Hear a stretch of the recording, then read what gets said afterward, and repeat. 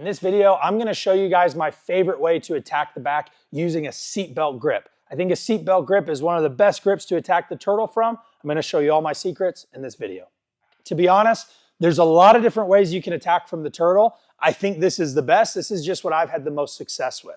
Again, we're looking at a single leg shot. So the first thing, I step my leg, I bring my hips forward. I make my whizzer, I post, I sprawl everything back to disconnect Max's hands.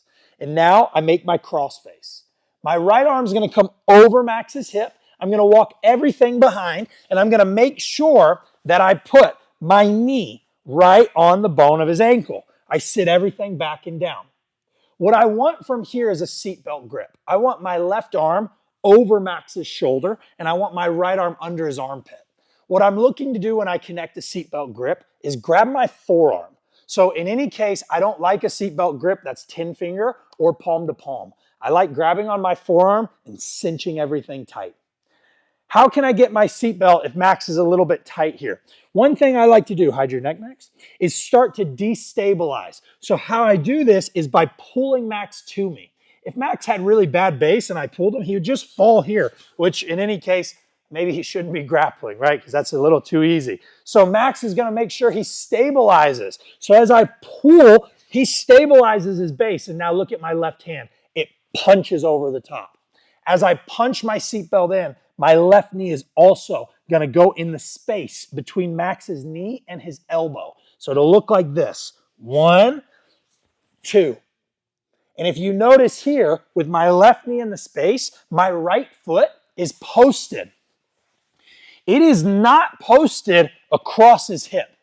If I post across Max's hip like this, I am purely connected. So if Max starts raising his butt, I'm going to fall. I like for my right foot to be right here, almost in between his feet. And with my hands connected, now I start to make what we call chest to back control. Putting my chest on Max's back, my ear tight to his shoulder. What I want to do is think about it like I'm going to weld my chest to his back. There should be no separation. Where a lot of people fail this back attack, and this is where I preach to my students here, you cannot allow for your chest to back position to slip.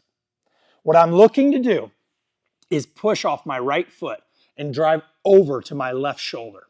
And it should look like this. I push, and now you'll notice my knee is in the pocket of Max's hip. From here, I kick my foot like I'm throwing a snap kick. 1, and I pull my heel in. Now my right hook comes in, and I'm ready to attack the back. Where you see some people fail this is as they put their seatbelt in and they start to push, they feel that their partner has a good base. And so they push a little bit with their legs, and then they try to pull with their arms. And so they do this.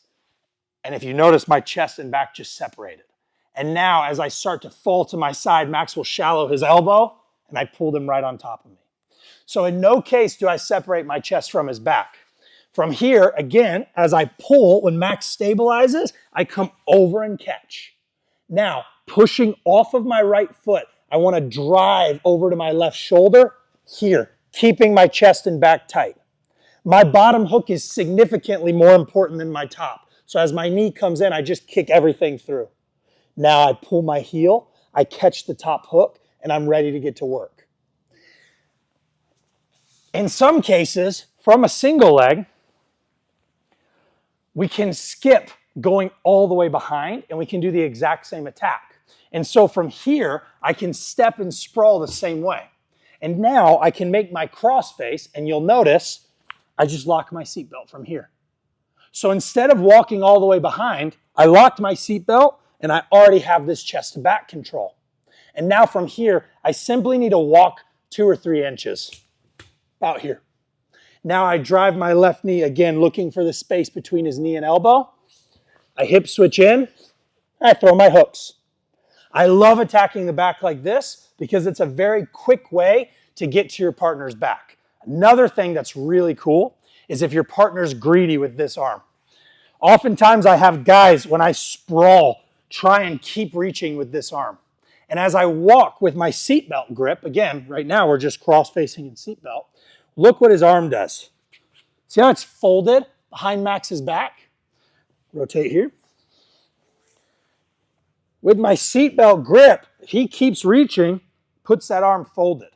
And now, when I hip switch in, something really cool is going to happen. As I throw my hooks now, you'll notice Max's arm got trapped underneath my leg. And so it's an added bonus. Sometimes you hip switch here and you end up with an arm trap. And now I look to finish my choke. If Max takes his arm out of there or pulls it before I hip switch, not a big deal. I still end up on the back. But this is my favorite way to attack the back, using a seatbelt grip off of a single leg attempt.